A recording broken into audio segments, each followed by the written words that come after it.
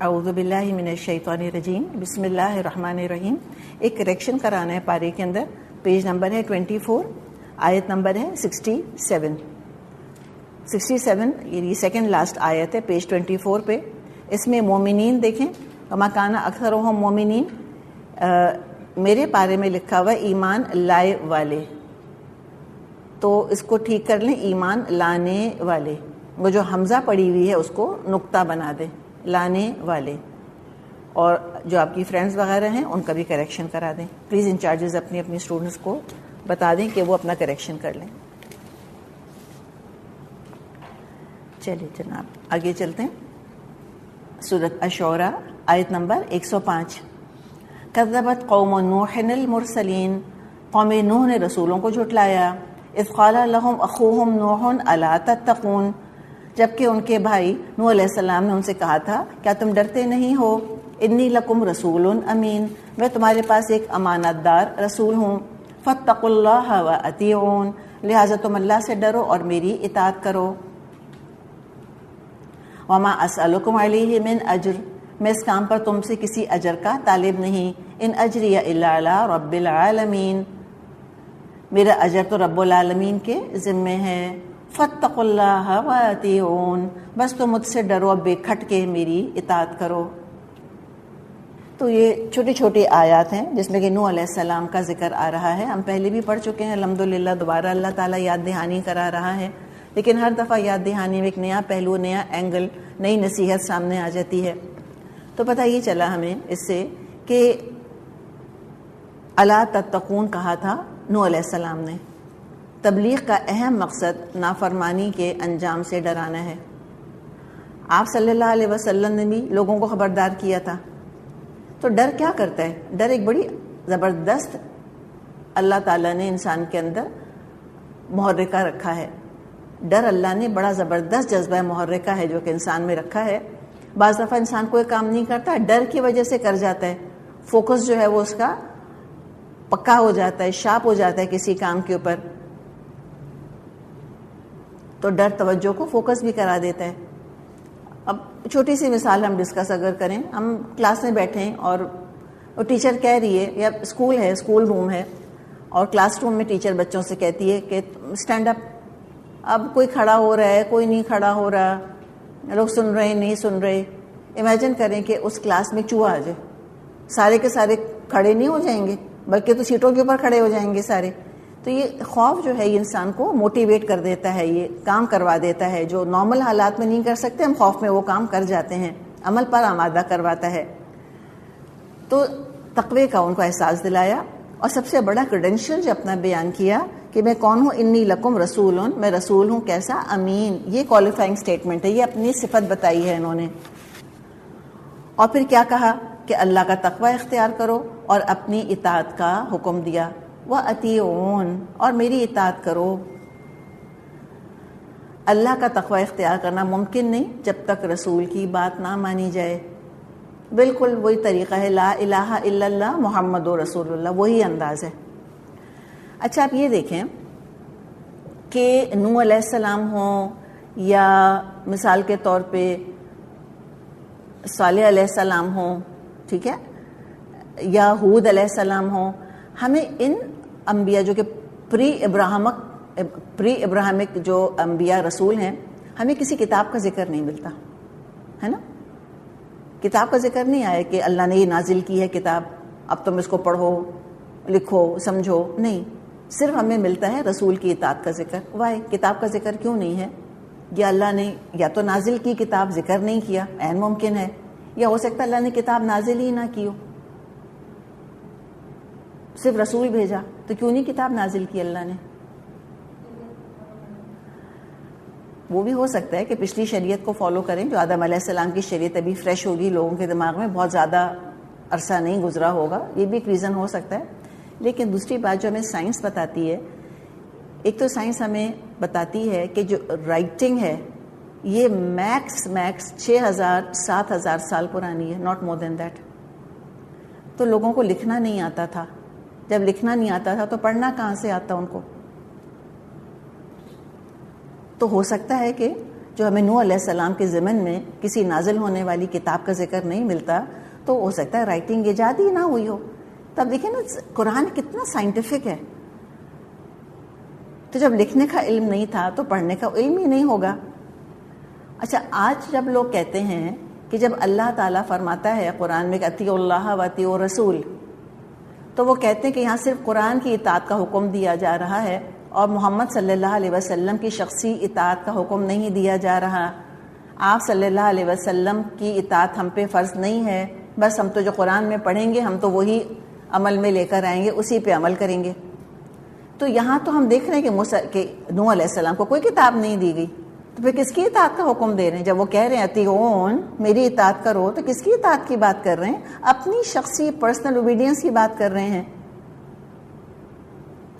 اللہ تعالیٰ نے انبیاء رسولوں کا قصہ بیان کیا ہے قرآن کے اندر، اور یہ جو اللہ تعالیٰ ہمیں گفتگو سنا رہا ہے کہ نوح علیہ السلام نے یہ کیا، یہ کہا، گفتگو سنا رہا ہے، کچھ ان کا عمل بتا رہا ہے. یہ کیا چیز پرزرو کی اللہ تعالیٰ نے قرآن کے اندر؟ رسولوں کی حدیثیں، رسولوں کی سنت. لوگ کہتے ہیں حدیث کی کیا ضرورت ہے، سنت کی کیا ضرورت ہے، کوئی پرزرو نہیں ہے. اللہ نے ہزاروں سال پہلے نوح علیہ السلام کی حدیث پرزرو کر کے ہم تک پہنچا دی. تو صرف 1400 سال پہلے جب کہ رائٹنگ ایجاد ہو گئی تھی، جب پڑھنا لوگوں کو آ گیا تھا، دنیا لٹریٹ ہو چکی تھی ایک حد تک، یعنی لٹریسی نہیں تھی لیکن لٹریٹ تو تھے نا لوگ، ریٹن ریکارڈز موجود تھے. تو پھر کیوں نہ آخر ہم حدیث پر ایمان لے کر آئیں اور ہم ان کو اوتھینٹک سمجھیں. اللہ نے محفوظ کی ہے اپنی کتاب کے اندر، اپنے رسولوں کی حدیثوں کو محفوظ کیا، ان کی سنتوں کو بیان کیا، ان کے اقوال، ان کی تعلیمات کے بعض پہلوؤں کو قرآن نے محفوظ کر لیا. اور یہ کب کیا یہ کام؟ جب کہ ان کی تعلیمات اور ان کی رسالت مخصوص علاقے، مخصوص وقت، مخصوص قوم کے لیے تھی، تو اللہ نے پرزرو کیے. اور کتنی جگہ اللہ تعالیٰ نے، ہم یہی کہیں گے نا حدیث، دیکھیں رسول کا قول کیا ہوتا ہے؟ حدیث ہوتا ہے نا. رسول کا عمل کیا ہوتا ہے؟ سنت ہوتی ہے. تو اللہ تعالیٰ نے نوح علیہ السلام، ہود علیہ السلام، صالح علیہ السلام، شعیب علیہ السلام، سب کی اللہ تعالیٰ نے حدیثیں محفوظ کریں کہ نہیں کریں؟ سنتیں محفوظ کریں کہ نہیں کریں؟ جو جتنی بھی بتائیں اللہ نے بتائیں ہم کو، جتنی بھی ہمارے لیے ریلیونٹ تھیں اللہ نے بتا دی، پہنچا دی، جو ہم سبق جن سے حاصل کر سکتے تھے.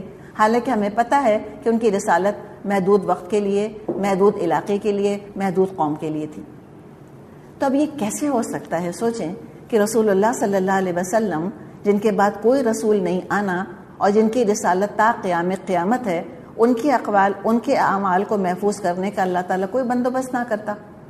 اسی کتاب تو آنی ہی نہیں تھی کہ اس کتاب میں نبی اکرم صلی اللہ علیہ وسلم کی حدیثیں، سنتیں محفوظ ہوتی. سمجھ آ رہی ہے آپ کو بات؟ کتاب تو نہیں آنی تھی، تو پھر اللہ نے لوگ پیدا کیے جنہوں نے کتابیں لکھی حدیثوں کے بارے میں اور آپ صلی اللہ علیہ وسلم کی سنن کے بارے میں. تو الحمدللہ آج ہمارے پاس احادیث کا، سنت نبوی کا خزانہ موجود ہے.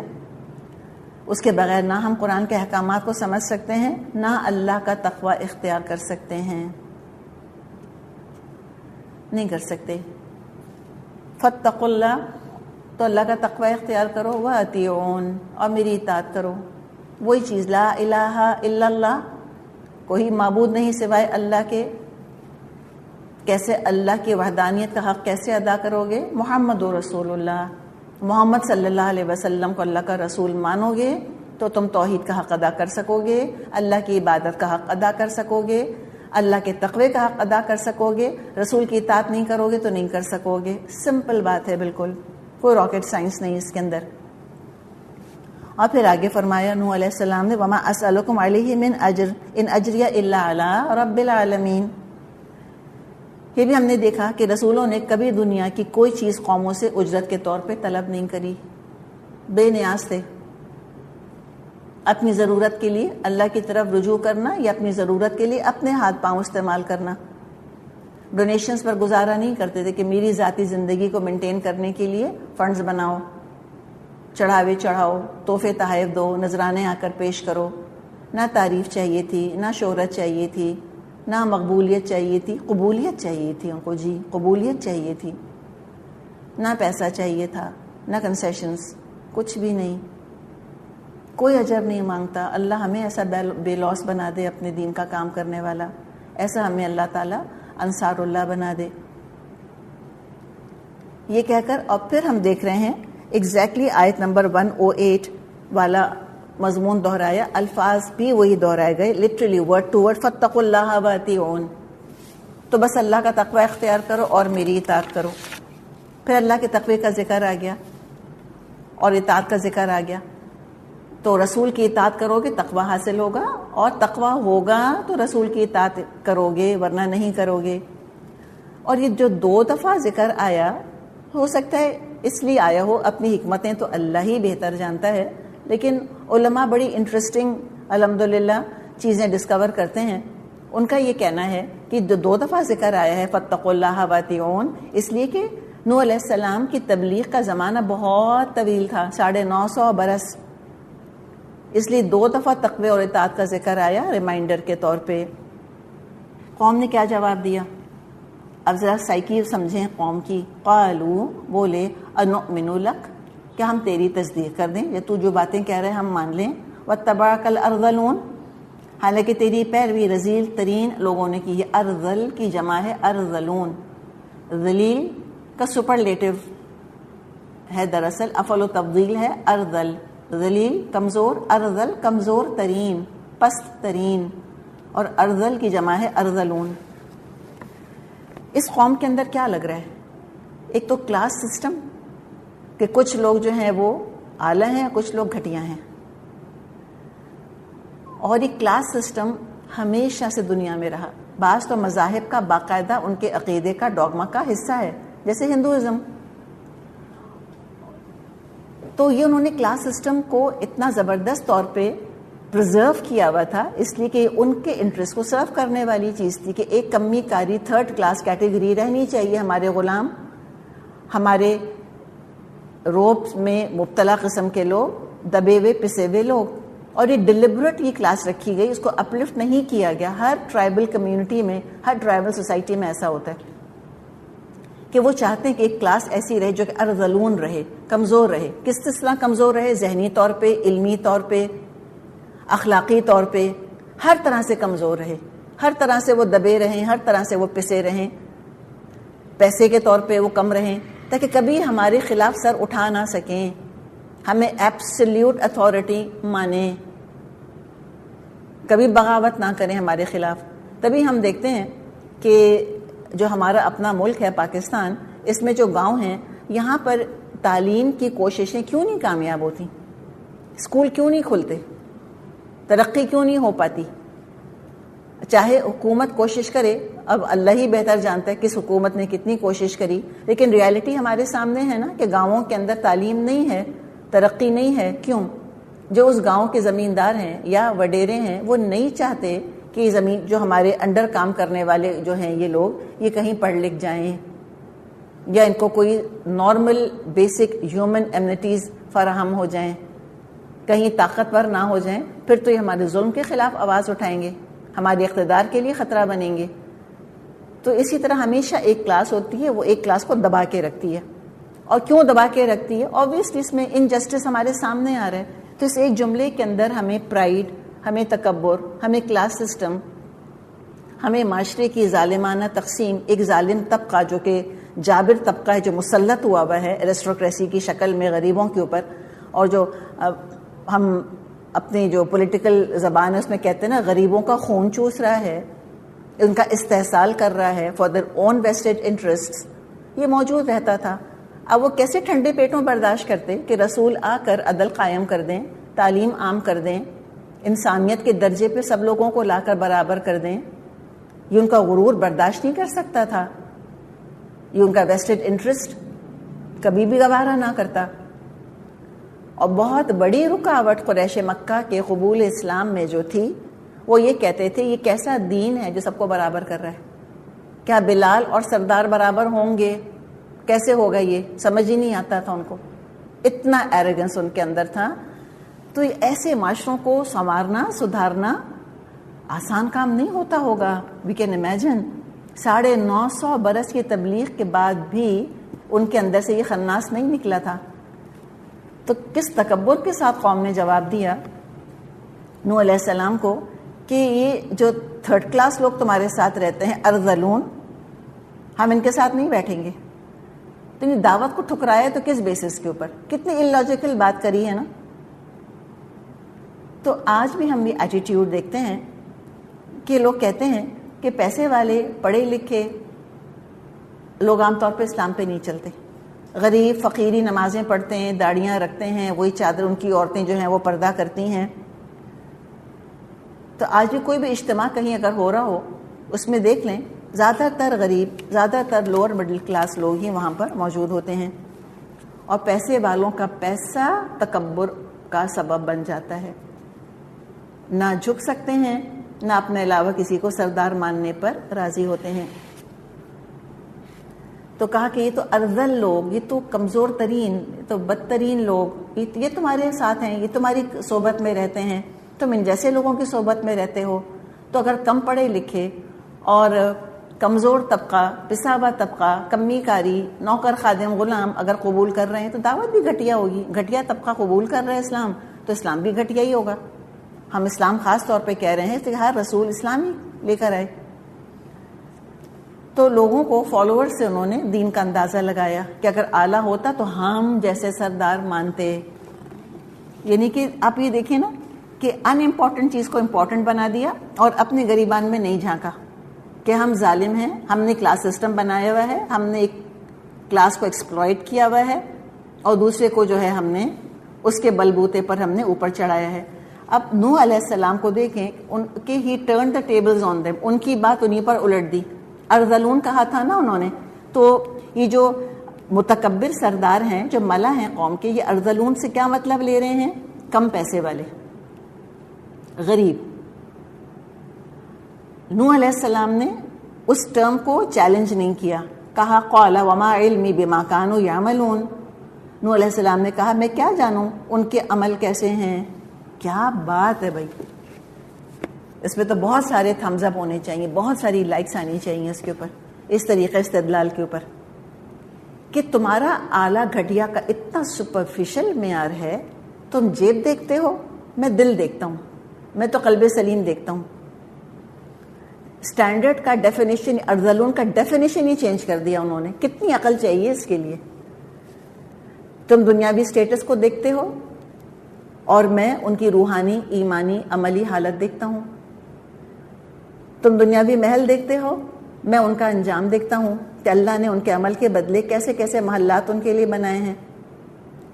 میں آج ہی پڑھ رہی تھی، کسی نے کہا کہ سم پیپل آر سو پور، کچھ لوگ اتنے غریب ہوتے ہیں all they have is money، ان کے پاس پیسے کے علاوہ کچھ نہیں ہوتا. some people are so poor all they have is money. نہ اخلاق کی دولت، نہ ایمان کی دولت، نہ لوگوں کی محبت کی دولت، نہ عزت کی دولت، نہ آخرت کی دولت، نہ اللہ کے تقوی کی دولت، کچھ نہیں ہم کے پاس. کیا ہے؟ صرف سکے، dead cold metal, dead cold paper, بس یہی ہے. اسی کو سارا کچھ سمجھتے ہیں. آج بھی یہی معاملہ ہے. اس نے کہا کہ true wealth is found in gratitude for the gifts and blessings in this life. True wealth is found in gratitude. انشکر للہ، کہ اللہ کا شکر ادا کر. لئن شکرتم لازیدنکم، ہم نے پڑھا تھا سورہ ابراہیم میں. تو ڈیفینیشن ہی بدل دیا انہوں نے. وما علمی بما كانوا يعملون، کہ گھٹیا اعلیٰ ہونے کا تو تعلق عمل سے ہے. جو جھوٹا ہے وہ گھٹیا ہے، جو دھوکہ دیتا ہے گھٹیا ہے، جو والدین کا خیال نہیں کرتا گھٹیا ہے، جو رشوت لیتا ہے گھٹیا ہے، جو اتراتا ہے، فخر کرتا ہے، شو آف کرتا ہے، وہ گھٹیا ہے. فخر کرنے والا، تکبر کرنے والا، اترانے والا، ریاکاریاں کرنے والا، دکھاوا کرنے والا، یہ گھٹیا ہے. ایگوئسٹک انسان گھٹیا ہے، اور سچ بولنے والے اعلیٰ ہیں. تو انہوں نے سارا لے جا کے معاملہ علم کے ساتھ جوڑ دیا، سارا معاملہ لے جا کر عمل کے ساتھ جوڑ دیا. مجھے کیا پتہ ہے کیا عمل کرتے ہیں. تو ان کو پھر آئینہ دکھا دیا کہ جو گھٹیا کہہ رہا ہے نا، وہ دیکھ لو آئینے کے اندر کون ہے. تم ہو گھٹیا جو دوسروں کو گھٹیا کہہ رہے ہو، تم ہو جھوٹے، تم ہو ظالم، تم ہو شو آف کرنے والے، تم ہو متکبر ایروگنٹ پیپل جو حق کو ٹھکرا دیتے ہیں اپنی انا کی خاطر. ان حسابهم الا علی ربی لو تشعرون، ان کا حساب تو میرے رب کے ذمے ہے، کاش تم کچھ شعور سے کام لو، کاش کہ تم کچھ سوچو. اور کہا کہ اللہ حساب لینے والے، اعلیٰ اور گھٹیا کا فیصلہ تو اللہ کے ہاں ہوگا قیامت کے دن، دنیا میں کیسے کریں گے. اور جہاں تک میرا تعلق ہے وما انا بطارد المؤمنین، تو میرا تو یہ کام نہیں ہے کہ جو ایمان لائیں ان کو میں دھتکار دوں. کہ عجیب تم یہ باتیں کر رہے ہو، عجیب تقاضے مجھ سے کر رہے ہو کہ جو خود اللہ کے فرما بردار ہیں اور جو خود اللہ سے ڈرتے ہیں ان کو تو میں دھتکار دوں، اور جو نخرے کر رہے ہیں ان کے پیچھے پیچھے ان کے ناز اٹھاتا پھروں کہ پلیز آؤ بات سن لو، پلیز اللہ کی بات سن لو. اس لیے کہ جو خود جھک کر آتا ہے وہ ماننے کے لیے آتا ہے، اور جو اکڑتا ہے اور نہیں آتا وہ پہ کہتا ہے میری مانو گے، میری کنڈیشنز پوری کرو گے تو میں تمہاری بات کو غور سے سنوں گا، تو میں ایمان لاؤں گا. I want certain conditions, I want certain changes, I want certain amendments. جیسے کہ قریش مکہ نے کہا تھا ایتی بالقرآن ان غیر ھذا او بدل، یا تو تم اس قرآن کے علاوہ کوئی اور قرآن لے کر آؤ محمد صلی اللہ علیہ وسلم، یا تبدیلی کرو تب مانیں گے. کس نے کہا تھا؟ بلال نے، ابو بکر نے، عمر نے، مصعب نے، خباب نے؟ نہیں، ابو جہل نے، ابو لہب نے، عتبہ بن ابی ربیعہ نے، ولید بن مغیرہ نے، ان میں سے کسی نے کہا ہوگا. ایگزیکٹلی آج یہی ہے. آپ دیکھیں لوگ کہتے ہیں کہ نہیں. اچھا یہ بتائیں کہ جب لوگوں نے کہا تھا قرآن کو چینج کرو، مکے والوں نے، انہوں نے کہا ہوگا کہ قرآن سنکرونائز نہیں ہو رہا سوسائٹی کے ساتھ. جو نارمز ہیں سوسائٹی کے، جو پولیٹیکل ایٹماسفیئر ہے اس وقت، جو کہ ایک پرسیپشن ہے رائٹ اینڈ رانگ کا، قرآن اس کے ساتھ ہم آہنگ نہیں ہے، سنکرونائز نہیں ہے. تو قرآن کو زیادہ تم سنکرونائز کرو ہماری ویلیوز کے ساتھ، کلائمیٹ آف دا ڈے کے ساتھ.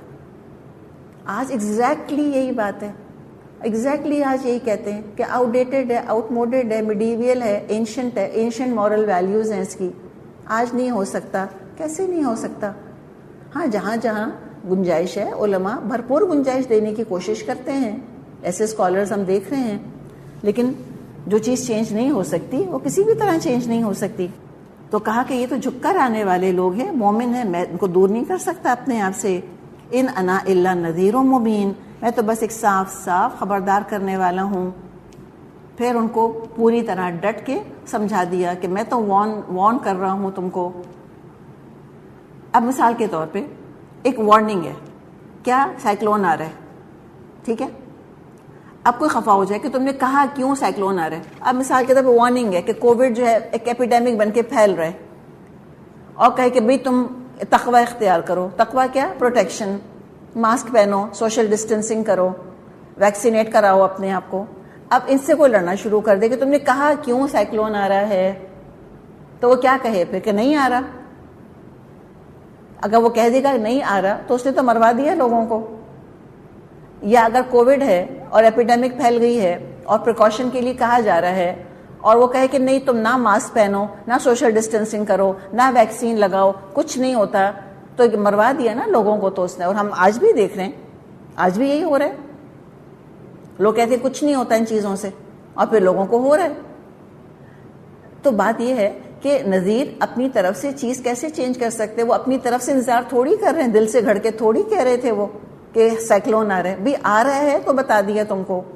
It can not be change. تو ایک وارنر سے کہنا کہ تم نے وارننگ کیوں دی، یہ تو پھر کوئی زیادہ عقل مندی کی بات نہیں ہے. آخرت آ رہی ہے، کفر کا نتیجہ بہت برا نکلے گا، شرک والوں کو اللہ معاف نہیں کرے گا، جہنم بدترین جگہ ہے. یہ وارننگ تو دینی ہے نا لوگوں کو. تو کہا کہ میں کون ہوں، میں کوئی سزا امپلیمنٹ نہیں کر سکتا، میں نہیں ڈالوں گا، میں تو وارن کر رہا ہوں. میں نے یہ انجام نہیں بنایا. سائیکلون کی وارننگ دینے والا سائیکلون لے کے نہیں آ رہا. اس کو ڈانٹنا ڈپٹنا، اسے لڑنا، اس کو بلیم کرنا، سب کم عقلی کی باتیں ہیں. لیکن قوم کہاں سننے والی تھی؟ مست تھے بالکل وہ تو اپنے نشے کے اندر، طاقت کے غرور میں، پیسے کے غرور میں. اللہ تعالیٰ سے دعا کیا کریں کہ اللہ تعالیٰ پیسہ دے تو غرور نہ دے. اور اگر غرور کا سبب ہے تو پیسہ نہ دے. دونوں چیزیں جمع ہو جاتی ہیں، بہت خطرناک ہیں. اور پیسے کا نشہ یہ بڑا سر چڑھ کے بولتا ہے. پھر قالوا لئن لم ينتهي يا نوح لتكونن من المرجومين. انہوں نے کہا اے نوح اگر تو باز نہ آیا تو پھٹکارے ہوئے لوگوں میں شامل ہو کر رہے گا. دلیل کے معاملے میں تو ہار گئے. نوح علیہ السلام کے کردار کو کمزور نہیں کر سکے، انہیں کمپرومائز پر آمادہ نہ کر سکے، ان کو چپ نہ کرا سکے، نہ خرید سکے، نہ بدل سکے، کچھ نہیں کر سکے. کیا پرسنالٹیز ہوں گی، کیا ڈیڈیکیشن ہوگا، کیا خلوص اور کیا سنسیئرٹی ہوگی. What giants they must have been. اللہ تعالیٰ ہمیں ان سے ملوائے جنت میں. تو سب کچھ آزما لیا قوم نے. پھر آخری حربہ دھمکیاں وہ بھی استعمال کر لیں کہ اے نو آج تو پتھر مار مار کے خالی زخمی کر رہے ہیں نا تم کو، ایک دن پتھر مار مار کے ختم کر دیں گے تم کو. مرجومین اس کا مطلب وہ رجم کرتے ہوں گے لوگوں کو. They must be stoning people to death for whatever X Y Z reason. تو رجم کی سزا کو اسلام نے انٹروڈیوس نہیں کری، جو سورہ نور میں ڈسکس کی تھی ہم نے. یہ سزا موجود تھی. نوح علیہ السلام کیے گئے تبلیغ 100 200 300 400 5 6 7 8 9 950 برس گزر گئے کہ اب اللہ سے فریاد کر رہے ہیں کہ اللہ یہ تو جھٹلائے ہی جا رہے ہیں.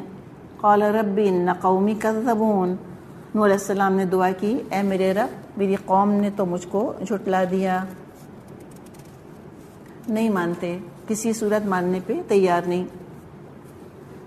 فافتح بینی وبینہم فتحا ونجنی ومن معی من المؤمنین. اور اب میرے اور ان کے درمیان دو ٹوک فیصلہ کر دے، اور مجھے اور جو مومن میرے ساتھ ہیں ان کو نجات دے. یعنی کہ اللہ اب تو فیصلہ کر دے. فافتح بینی وبینہم فتحا، فیصلہ کر دے میرے اور ان کے درمیان فیصلہ کرنا، یعنی اللہ اب مہلت نہ دے ان کو. کتنا دل دکھایا ہوگا، کتنا تنگ کیا ہوگا، کتنی مخالفت کری ہوگی. کیا کوئی ماں اپنے بچے کے لیے خیر خواہ ہوگی جو کہ رسول اپنی قوم کے لیے ہوتے تھے؟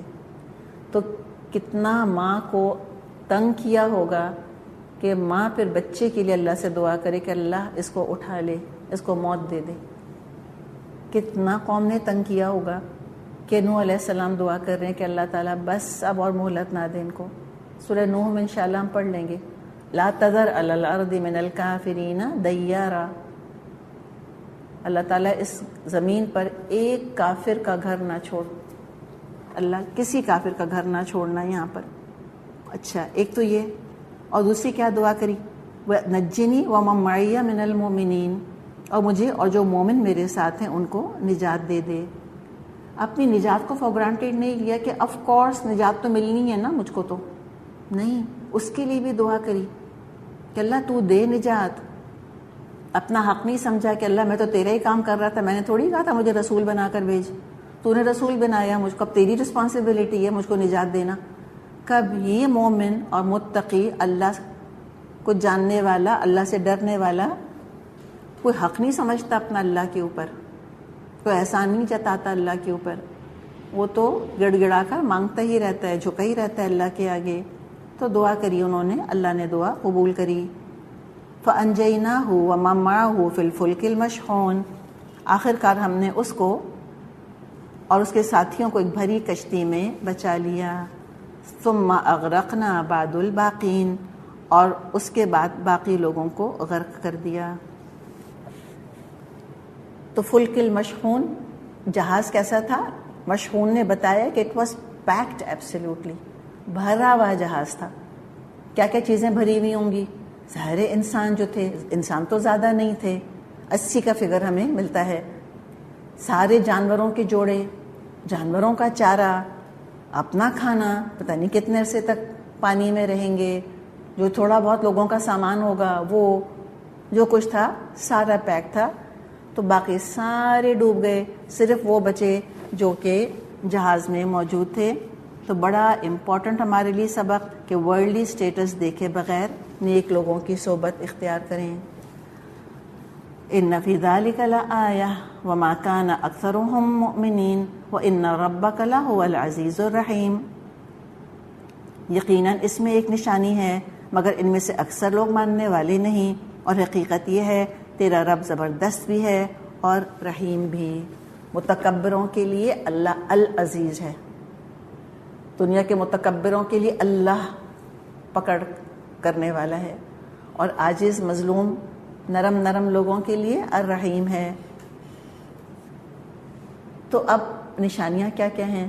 نشانیاں یہ ہیں کہ غریبوں کے دل حق قبول کرنے کی طرف زیادہ راغب ہوتے ہیں۔